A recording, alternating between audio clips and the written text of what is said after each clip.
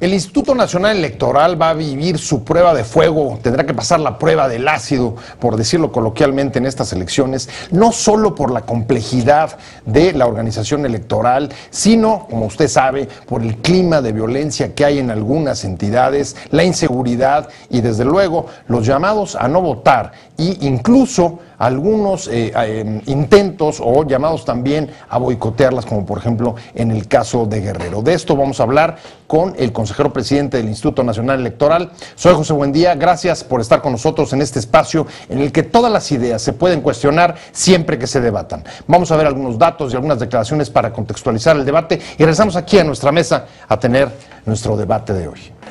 El recientemente creado Instituto Nacional Electoral tendrá la prueba del ácido en sus primeras elecciones de 2015, en las que se renovarán 9 gubernaturas y 17 congresos estatales, además de la Cámara de Diputados. La cúpula del INE ha reconocido que serán las elecciones más complejas de la historia del país por los desafíos de la organización y los focos rojos en varios estados a causa del crimen organizado, la violencia y los movimientos de boicot a los comicios como en Guerrero. La reciente crisis en el Consejo General por la protesta de 7 partidos por reclamar actos anticipados de campaña del Verde añade tensión al trabajo de la institución, ya de por sí sobrecargada con las nuevas funciones que le dio la reforma política. Entre ellas, la fiscalización de los gastos de campaña de los partidos casi en tiempo real, con instrumentos de sanción como la anulación por el rebase de topes de gasto, la contratación de propaganda en medios audiovisuales y uso de dinero en procedencia ilícita.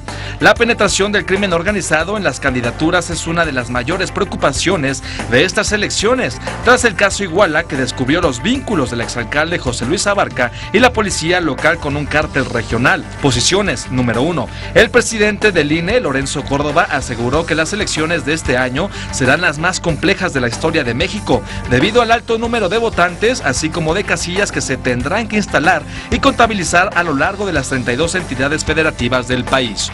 Número 2. El consejero electoral Benito Nasif advirtió que quienes cometan faltas graves en el manejo del dinero correrán el riesgo de que se anulen sus triunfos, lo que equivaldría a una pena de muerte electoral.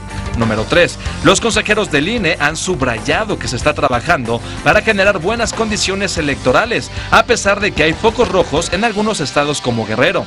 Número 4. Sobre la confrontación de los partidos, Córdoba aseveró que solo a las corrientes más antidemocráticas conviene la interrupción del diálogo. Arrancamos con opiniones encontradas y vamos a hablar de los desafíos, el contexto en el que tendrá que el INE organizar las elecciones de este año. Y para hablar sobre el tema de las perspectivas, de las incertidumbres también, me da mucho gusto que esté aquí con nosotros en este programa Lorenzo Córdoba, el consejero presidente del Instituto Nacional Electoral. Lorenzo, gracias. Pepe, encantado de estar gracias contigo. Por estar con Gerardo, nosotros. un placer, gracias. Y Gerardo Galarza, su director de Excelsior. Director general adjunto. Perdón. No te preocupes, Pepe. Perdón. Así mi querido Gerardo. Gracias por la invitación. Gracias, y una gran oportunidad de estar con un invitado de lujo en tu programa, como siempre. No, pues gracias a los dos. Y si quieren arranquemos, y si quieres arranquemos por lo último que planteaba Lorenzo. Sí. A ver, además de la complejidad de organizar las elecciones, tiene que enfrentar la institución recientemente creada por la reforma política, pues una situación difícil porque hay un clima, digamos, en el que aparecen manifestaciones contrarias a la celebración de los comicios, llamados a no votar, incluso en el caso de Guerrero, a boicotear directamente las elecciones. ¿Qué significa? ¿Cómo ustedes asumen, digamos, el reto, pues que va, digamos, un ataque a la médula del trabajo del propio instituto? Bueno, efectivamente estamos en una elección que en muchos sentidos es la más compleja de las que hemos organizado, las que ha vivido el país en su historia democrática. Yo diría que la complejidad se deriva de 3 distintos planos o de 3 razones. La primera es los números. Va a ser la elección más grande por donde se le quiera ver. El número de potenciales electores es un número inédito, 83.5 millones de ciudadanos. El número de casillas que se van a instalar, 152,000, son cerca de 9,000 casillas más de las que se instalaron hace apenas 3 años.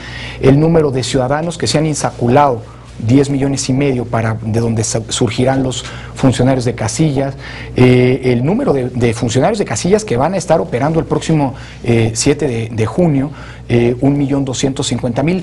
Estamos hablando de cerca de 600,000 ciudadanos como funcionarios de casillas más que hace 3 años. De ejércitos auténticos. Por donde lo quieras ver, el número de elecciones concurrentes, nunca había habido tantas elecciones concurrentes con la elección federal, 16 el próximo 7 de junio, más en mes de julio las de Chiapas. Es decir, en términos de los números, es por mucho la elección más compleja de las que hemos organizado. Y aunque si bien es cierto es que es una elección federal, en donde solo se renuevan en la Cámara de Diputados, y uno podría decir no tiene la carga política de una elección presidencial, pues también es cierto que hay 9 elecciones de gobernadores que coinciden, que le dan su atractivo político y vuelven esta también pues, una elección compleja desde el punto de vista de lo que está en juego. Y eso en un clima de inseguridad y llamados a no votar y boicot en algunos En segundo lugar, siguiendo con lo que tú decías, con cómo arrancabas el programa, bueno, la puesta a prueba del ácido de la reforma. Se trata de una reforma que le impone al INE o que le otorga al INE respecto del IFE 74 nuevas atribuciones. Nosotros heredamos no solamente la solidez institucional, la estructura, el know-how, la experiencia institucional acumulada del IFE, sino 74 nuevas atribuciones, de las cuales, que no es poco y que algunas son sumamente, o han sido sumamente complejas. Organizar elecciones internas de los partidos políticos, hicimos las del PRD, validar las firmas para eventuales consultas populares, no prosperó ninguna de las 4, pero tuvimos que hacer el trabajo de validación, nombrar a los consejos de los órganos locales, de los así llamados OPLES, de los organismos públicos locales electorales, en fin, innovar un sistema de fiscalización sumamente complejo, con un sistema de contabilidad en línea que está resultando muy difícil de construir, pero estamos avanzando. En fin, el segundo plano de complejidad tiene que ver con, digamos, la instrumentación y puesta en marcha de una reforma que comparada con las anteriores probablemente es una de las más complejas per se. Y en tercer lugar, el contexto. Creo que el contexto es un contexto difícil. Por un lado, el tema de la inseguridad, que no es nuevo. El tema de la inseguridad es algo con lo que el IFE en su momento ya supo lidiar. En 2012 había situaciones muy complicadas en algunas entidades del país y a pesar de todo logramos instalar todas las casillas menos 2 en Oaxaca, y por conflictos comunitarios, no por problemas de seguridad.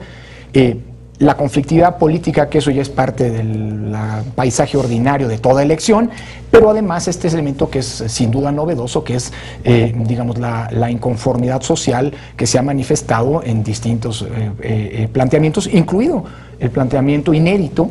Ya habíamos tenido en el pasado voces que llamaban por anular el voto, recordarán 2009, fue un movimiento muy consistente, pero nunca habíamos tenido el planteamiento de muy diversos sectores de no realizar las elecciones o boicotear, si se quiere, las elecciones. Ese sería, digamos, una expresión clara del descontento, más que el del descontento, del desencanto democrático, porque yo creo lo que dice Lorenzo, este inédito llamado a no votar, llevamos 20 años no creo que pensando que el voto era sí, hay cierto descontento democrático, pero no es por culpa de la democracia ni del INE, es culpa de quienes prometemos que la democracia va a venir a solucionar todos los problemas sobre expectativas como con varita mágica, ¿no? Sí hay ese, yo recuerdo, el presidente del INE lo dice bien, en las elecciones democráticas en este país no ha habido ninguna complejas con una cuestión, son unas elecciones intermedias, elecciones que tradicionalmente eran muy tranquilas, que tradicionalmente no atraían a tanta gente, los índices de abstencionismo se elevaban,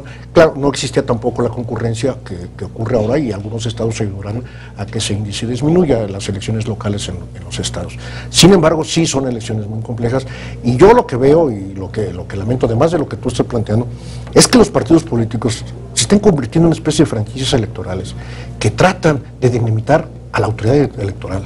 Creo que es una responsabilidad fuerte que tienen los partidos políticos, en donde la autoridad más que árbitro debe estar respaldada por todo el mundo. Pareciera que en un determinado momento los partidos se dedican a amenazar, a chantajear al INE. Espero que no sea así, y espero que no sea una especie de regreso al pasado donde cada quien tiene que tener determinadas cuotas de poder dentro del INE. ¿Lo sentiste como un chantaje en el último episodio, digamos, de la ruptura? Yo me voy a adelantar un poquito, Pepe, a lo mejor Lorenzo, porque es parte de su función, no lo voy a decir tan claro, porque él tiene que lidiar con todas estas gentes. Podemos conocer su valoración, en efecto. Mira, digamos que el INE es un órgano complejo, sí. es un árbitro sui generis, porque los jugadores no solo están sentados en la mesa, sino forman parte del mismo árbitro. Es un poco ya inadecuado el diseño ese. Mira, pero yo creo que esa es parte también de la virtud, porque la construcción institucional electoral en México ha pasado por abrir al escrutinio de los partidos políticos todas las etapas del proceso electoral e incluso todas las decisiones del árbitro. No solamente todas las decisiones son impugnables ante el Tribunal Electoral, todas sin excepción, sino además el hecho de que los partidos estén sentados en la mesa, formen parte del árbitro, los hace de alguna manera copartícipes del proceso de construcción de las decisiones. No queda en manos de los partidos ya la toma de las decisiones en cuanto a tal. Por eso no solamente voto ahí, pero... Exactamente, pero tienen voz y participan de prácticamente todos los procesos. Eso lo vuelve una institución compleja, para decirlo menos. Y evidentemente cada partido está, digamos, litiga en favor de lo que son sus propios intereses. Lo que tiene que garantizarse, y ese es el rol del árbitro, es, digamos, entender cuáles son esos intereses, entender cuáles son las pretensiones, no ser refractario a los planteamientos de los partidos, ni de 1, ni de 3, ni de 7, ni de 10, pero evidentemente no, digamos, no estar condicionado o no hacer depender la toma de las decisiones de lo que 1, 3 o 10 partidos planteen. O de la presión de los partidos. Ahora, y por eso es importantísimo, digamos, y creo que esa es la clave de esta institución. Y me atrevería a decir cómo resolvimos este periodo crítico de la vida de la institución, en convertirnos en una institución, así como hay quien plantea con la idea de la transparencia de los gobiernos, la idea de los gobiernos abiertos, en una institución muy abierta y muy escrutada. Lo que hemos tratado de mejorar en estas semanas son, por un lado, la explicación, transparentar los procesos, permitirle a los partidos ver con mucho mayor claridad cómo se procesan las quejas, cómo se toman las decisiones, multiplicar los espacios de interlocución y de diálogo con los propios partidos, por un lado, y por otra parte, tratar de hacer mucha pedagogía. A ver, se tomaron una serie de decisiones que para muchos pueden parecer decisiones reactivas o lo que ocurrió al hecho de que 7 partidos se hayan levantado de la mesa. Lo cierto es que había algunas decisiones que se venían procesando desde semanas antes y los partidos políticos incluso lo sabían. Por ejemplo, la sustitución en la unidad de fiscalización. Se trata de un cargo muy técnico, muy especializado, en donde no encuentras candidatos de la noche a la mañana. Este era un proceso que se había venido lentamente generando, procesando, trabajando a lo largo de varias semanas. Coincidió con el momento en que los partidos se levantaron de la mesa y generó también una especie de desfogue para poder recobrar la normalidad en el funcionamiento del órgano.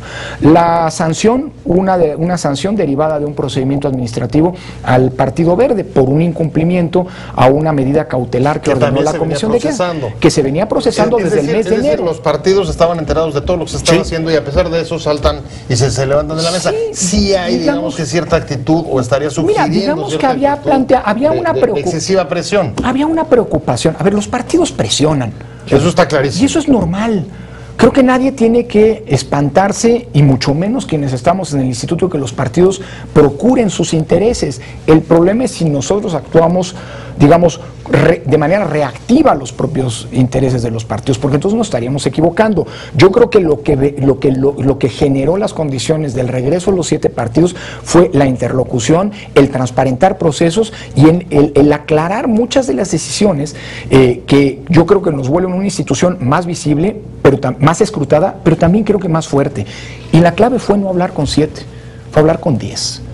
Desde el momento mismo en que los 7 partidos políticos se levantaron de la mesa, a mí me correspondió sentarme con ellos, entender cuáles eran sus preocupaciones, atender las preocupaciones que eran atendibles, digamos, establecer claramente las diferencias en los puntos en los que eran simple y sencillamente controversiales, críticas a decisiones que había tomado el árbitro, muchas de ellas por unanimidad. En fin, y ahí hay diferencias que son legítimas, pero inmediatamente después reunirme con los otros 3 partidos. Es decir, el diálogo pasó por la interlocución con los 10 partidos políticos y por generar condiciones para que todos se sintieran mucho más tranquilos digamos, del rol imparcial con el que tienen que trabajar. Y a ver, aquí hay un asunto que es el tema de la seguridad, el segundo de los factores que tú explicabas. Y da a veces la sensación de que, en efecto, bueno, más que la sensación, el INE no puede hacerse cargo de garantizar la seguridad, porque eso no les compete a la institución, sino a los gobiernos, a los distintos niveles de gobierno, y ahí también tienen mucho que hacer y que decir los partidos. Da la sensación, ahí sí, sensación, de que no se están comprometiendo suficientemente, y el temor de que la institución pueda ser rebasada a la hora, por ejemplo, de organizar elecciones, como en el caso de Guerrero o Oaxaca. ¿Cuál es tu apreciación de eso? A ver, déjame decirlo así. Yo estoy convencido que las elecciones tienen que ser vistas como una construcción colectiva. Es decir, creo que hay una corresponsabilidad de un sinnúmero de actores, algunos involucrados directamente, faltaba más como las autoridades electorales, que son las responsables de la organización del proceso electoral en cuanto tal. Pero también hay una responsabilidad de los otros entes públicos. No es casual que desde 1994 se haya establecido en la legislación electoral, y ahora la Ley General de Decisiones y Procedimientos Electorales lo retoma en sus términos, una disposición que establece que todas las autoridades federales, estatales y municipales están obligadas a auxiliar al Instituto Nacional Electoral en sus tareas cuando éste lo solicite. Antes el IFE, ahora el INE, pues. Así que hay una responsabilidad también de los distintos gobiernos federal, local y municipal. Por supuesto, tú decías, y pongo el ejemplo concreto, el tema de la seguridad, pues nosotros no somos una instancia de seguridad. Nosotros tenemos una red capilar envidiable que pocas instituciones del Estado mexicano tienen. El lunes pasado se cumplieron 5 semanas de trabajo de campo, en donde tenemos alrededor de 40,000 funcionarios que están visitando a los ciudadanos que fueron insaculados para ser funcionarios de casilla en sus domicilios. Entonces tenemos un despliegue territorial, repito, que prácticamente ninguna otra institución del Estado tiene. Y ahí ya están pidiendo ayuda a los gobiernos municipales y estatales, ¿y le están entrando o no? A ver, porque yo no sé cuál es la sensación con la que traes tú. Yo creo que la sensación mía es que tanto logística como económicamente hay estados que no están colaborando. Es decir, como que la decisión de esta reforma que hubo de independizar, de hacer autónomos los organismos locales electorales, no les gustó a muchos gobernadores que controlaban las elecciones, y hay, por un lado, hay estados donde los señores consejeros ganan hasta tan bien o mejor que los consejeros nacionales, pero otros donde no ganan nada porque no ha habido presupuestos o que no están teniendo el respaldo para el y eso llevaría cierto boicot, cierto, digamos, yo creo que no sé si boicot, pero cierto. Miren, déjenme plantearlo así, Lorenzo. Y vuelvo a lo de las responsabilidades, porque me importa mucho plantearlo, pero a ver, déjenme, para atender la pregunta, Gerardo, concreta. A ver, lo que la reforma hace es cambiar un modelo electoral en el que había la coexistencia de 33 sistemas electorales, cada uno en cada entidad federativa más el federal, a la creación de un único sistema nacional de elecciones, regido con una rectoría del INE, pero con la concurrencia y coparticipación de los órganos electorales de las entidades federativas. Creo que hoy, y es que hemos interpretado así el sentido de la reforma, la presencia del INE en los estados tiene que verse como una manera de fortalecer a los órganos locales y de estandarizar y homogeneizar criterios, procedimientos, etcétera. Sí, es cierto, el INE ha tenido, a propósito de las dificultades financieras de algunas entidades federativas, de los órganos electorales de algunas entidades federativas, que ser un interlocutor más, diría, de peso, con los gobiernos estatales para que se provean los recursos necesarios para no poner en riesgo las elecciones. Porque pagan los gobernadores pagan los soples. Digamos, el erario local paga, digo, a partir de lo que decían los congresos, pero recursos que son administrados por las secretarías de finanzas locales, son las que financian a los OPLES, a los órganos locales, que ahora en las elecciones del 7 de junio, van a tener que ser corresponsables económicamente, por ejemplo, de los costos de la casilla única, porque una de las novedades de la reforma es que las elecciones del 7 de junio van a ser, digamos, tanto las federales como las locales, se van a emitir los votos en una única casilla. Los costos de esa casilla, que es responsabilidad del INE, instalar, insacular a los funcionarios, capacitarlos, son compartidos. Si el órgano local no tiene recursos para financiar esta parte que les corresponde sufragar, pues evidentemente se ponen en riesgo tanto las elecciones locales como las federales. Por eso la presencia del INE en los estados es cada vez más consistente, y sí, efectivamente, esto nos ha llevado a tener interlocución con actores con los que antes no teníamos necesariamente una vinculación, una interacción tan frecuente como son los Ahora, hay gobiernos decisiones locales. estratégicas, ¿no? Sí. El gobernador de Guerrero dice el 60% de las casillas están en escuelas controladas por CETEC. El INE puede llegar y decir, vamos a cambiarlas de ahí, no van a estar en las escuelas. ¿Por qué? Porque corremos el riesgo de que se boicoten, como ya adelantado la voy al CETEC. punto, Pepe, déjame nada más terminarlo porque tiene que ver con lo de la corresponsabilidad. Sí. Los gobiernos federales, locales y municipales son corresponsables Sí. también en la construcción del proceso electoral, pero también lo son, bueno, por supuesto, los partidos políticos. Si los partidos políticos no hacen la parte de la chamba, déjame decirlo así, que les corresponde hacer para que el proceso llegue a buen puerto, tenemos problemas. Pero también hay corresponsabilidad de organismos de la sociedad civil, de los medios de comunicación, de los propios ciudadanos en la construcción de esas condiciones. Las elecciones tienen que verse como una construcción colectiva, en donde cada quien tiene roles definidos y responsabilidades que tiene que cumplir para que la elección llegue a buen puerto. Dicho eso, voy al tema De que la estabas CETEC, planteando. de las A ver, casillas. lo que nos toca a nosotros es, en virtud de la cantidad de actores que están involucrados, tener una interlocución permanente, abierta, lo más, digámoslo así, franca posible, para tratar de construir esas condiciones. Las condiciones de una elección no nos caen del cielo. Claro. Las condiciones hay que irlas construyendo y nos toca construirlas en el rol de responsabilidad que nos toca a cada quien, a cada uno de nosotros. Déjame decirlo así, ¿puede haber elecciones sin condiciones mínimas de seguridad? No. ¿A quién le toca proveerlas? ¿Al INE? No. Al INE le toca alertar en donde te está teniendo problemas, digamos, en términos de seguridad. Y claro, lidiar con ese que es un fenómeno que nadie puede ocultar, que existe en el país, pero el INE tiene que tener una interlocución, la estamos teniendo, muy estrecha, con las distintas instancias de seguridad para ir construyendo las condiciones conjuntamente para que haya elecciones. Los propios partidos pueden generar un clima de encono que vuelva muy complicado el desarrollo de las elecciones. Por eso hablaba de las corresponsabilidades. Y por supuesto, bueno, las condiciones en algunas zonas del país son condiciones particularmente complejas. ¿Qué quiere decir esto? Pues que tenemos que tener una gran capacidad de adaptación para poder ir sorteando los obstáculos y construir esas condiciones. En el caso específico de Guerrero, nosotros no solamente hemos tenido que multiplicar los espacios de interlocución, en el entendido que el problema social que se vive en ese país, la demanda de justicia no es algo sobre lo que nosotros podamos resolver nada. Nos hemos solidarizado en la demanda de justicia que por los hechos, por ejemplo, de Iguala. Bueno, como todo el mexicano país, que se haya sentido ofendido, y lo estamos todos por lo que ocurrió. Pero ¿qué quiero decir? A ver, nosotros no nos podemos... El Estado de Guerrero es un Estado que tiene muchos problemas, añejos, y gran parte de esos problemas, por no decir prácticamente todos, no son de índole electoral. Nosotros lo que no podemos permitirnos es que nuestro trabajo en la construcción de las elecciones, porque ese es un mandato constitucional que tenemos, se vuelven parte de los problemas. Si las elecciones no nos van a resolver los problemas que aquejan al país, pero si no se realizan las elecciones pueden convertirse en parte de los problemas que van a ir a agravar los complejos problemas que ya tenemos. Pero ¿eso qué quiere decir?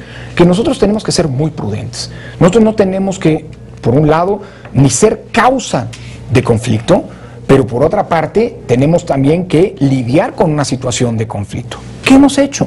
Hemos sido muy prudentes. Hemos tomado acuerdos para enfrentar esa situación de excepcionalidad con medidas excepcionales. Hemos procurado cerrar las instalaciones cuando esto ha sido objeto de conflicto, las hemos reabierto, estamos trabajando para que haya elecciones.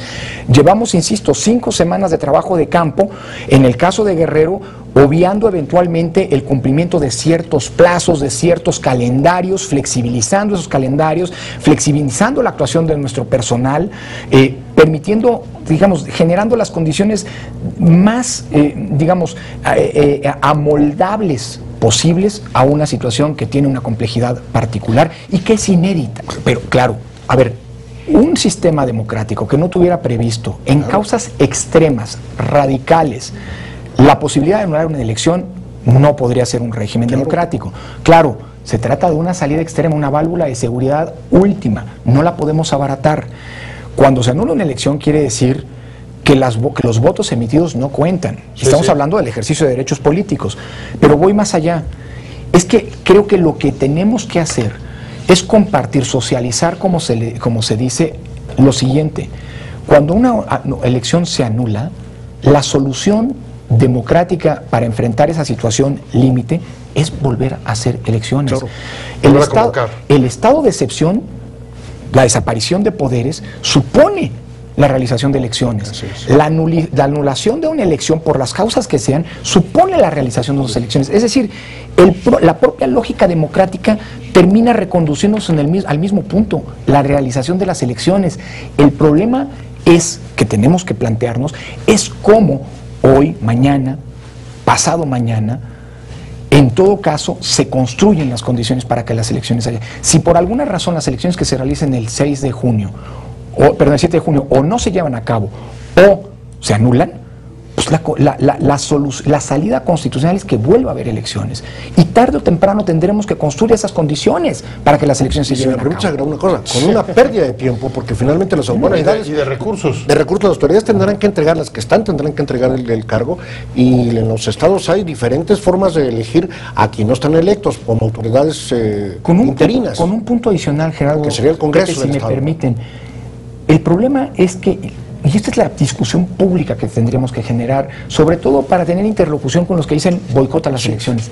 Si no hay elecciones, esto quiere decir que no va a haber poderes democráticamente electos. Si no hay poderes democráticamente electos, habrá vacíos de poder. Y los vacíos de poder, nos lo enseña la historia, siempre se llenan por alguien. Si no se llenan por autoridades electas democráticamente, alguien las va a ocupar. Y muy probablemente poderes de tipo autocrático, es decir, poderes que no responden al interés común. Por supuesto, hablando de los pueblos caucásicos. Al crimen organizado. Se nos fue el tiempo. Muchas gracias, Lorenzo. Muchas gracias. Encantado. Gracias.